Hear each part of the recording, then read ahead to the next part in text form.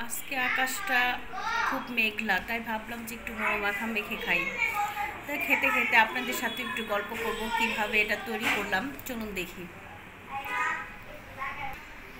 আসসালামু আলাইকুম, সবাই কেমন আছেন? চলে আসলাম সন্ধ্যার নাস্তার জন্য মুড়ি মাখা। আর ওয়েদারটাও একটু খুবই বৃষ্টি বৃষ্টি ভাব আছে। এ সময় মুড়ি মাখাটা খুব মজা লাগবে, তাই আমি আপনাদের সাথে শেয়ার করতে চলে আসলাম। এখানে টমেটো নিয়েছি একটা বড় সাইজের, চানাচুর, কাঁচামরিচ, পেঁয়াজ কুচি, রসুন কুচি, আর নিয়েছি বুট ভুনা। এই সব কিছু দিয়ে আমি এখন মুড়ি মাখাটা বানাবো। চলুন তাহলে দেখি। লবণ আর সরিষার তেল দিয়ে খুব ভালোভাবে মাখাবো।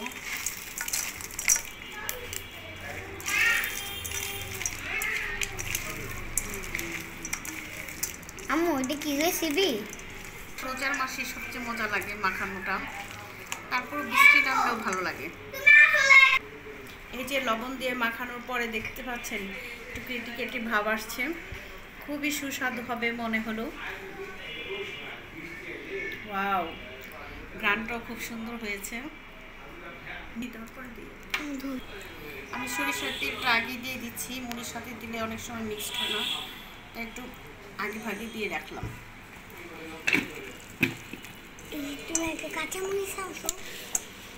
এখন মুড়িটা মিক্সড করব।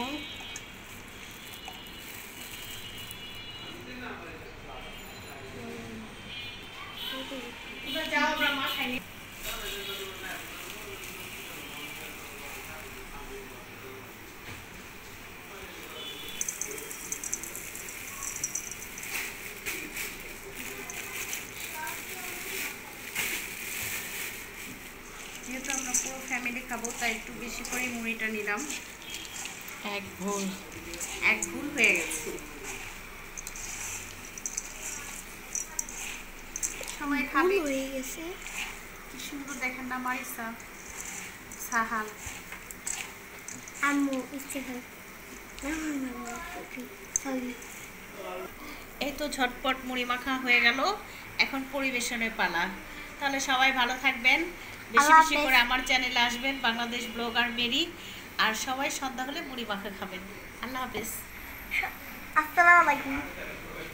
টাটা।